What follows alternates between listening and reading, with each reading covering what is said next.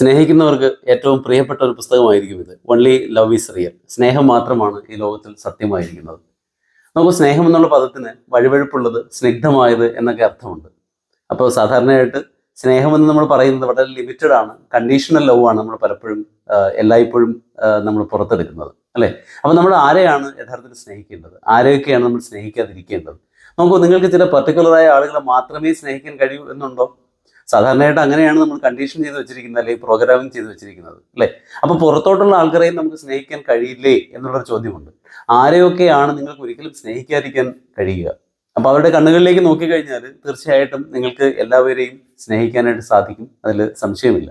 അപ്പോൾ സാധാരണയായിട്ട് നമ്മൾ അറിയാമല്ലോ, ഒരു ലിമിറ്റഡായ സർക്കിളിൽ നിന്നുകൊണ്ട് നമ്മൾ പോകുന്നു, അങ്ങനെയാണ് അതിൽ സംഭവിക്കുന്നത്. പക്ഷെ സ്നേഹം എന്ന് പറയുന്നത് സാർവജനീനമായ ഒരു വികാരമാണ്, അല്ലേ? തുമ്നെ മുച്ചേ പ്രേമ സിഖായ എന്നൊരു പാട്ട് തന്നെയുണ്ട്, അല്ലെ? നമ്മൾ പ്രേമം എന്ന് പറയുന്നത്, അല്ലെ, സ്നേഹം കൊണ്ടാണ് നമ്മൾ നിർമ്മിക്കപ്പെട്ടിരിക്കുന്നത് എന്ന് പറയുന്നു. എല്ലാവരെയും നമുക്ക് സ്നേഹിക്കാനായിട്ട് സാധിക്കും. കാരണം ഈ ഒരു ഫോർമാറ്റിൽ ഒരിക്കൽ മാത്രമാണ് നമുക്ക് നമ്മുടെ ചുറ്റായുള്ള ആളുകളെ കാണാനായിട്ട് സാധിക്കുക. അപ്പോൾ ഇതിൻ്റെ ഇടയിൽ സോൾമേറ്റുകൾ എന്ന് പറഞ്ഞ കോൺസെപ്റ്റ് പറയുന്നുണ്ട്. പാരാസൈക്കോളജിയിൽ പ്രധാനമായിട്ടും പറയുന്ന ഒന്നാണ് ഈ സോൾമേറ്റുകൾ. ട്വിൻ ഫ്ലെയിമുകളെ കുറിച്ച് നമ്മൾ ഓൾറെഡി ഒരു വീഡിയോ ചെയ്തിട്ടുണ്ട്.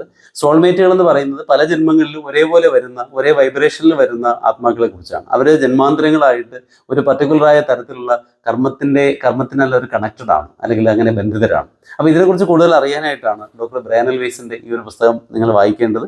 Only love is real, the story of soulmates reunited. ഇതാണ് ഈ ബുക്കിൻ്റെ ടാഗ് ലൈൻ ആയിട്ട് കൊടുത്തിരിക്കുന്നത്. അപ്പോൾ തീർച്ചയായിട്ടും വായിക്കുക.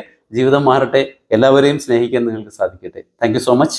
ഇങ്ങനെയുള്ള കൂടുതൽ കാര്യങ്ങൾ അറിയുന്നതിന് വേണ്ടി സബ്സ്ക്രൈബ് ടു ESP പാരാനോർമൽ അതീന്ദ്രിയം. Thank you so much.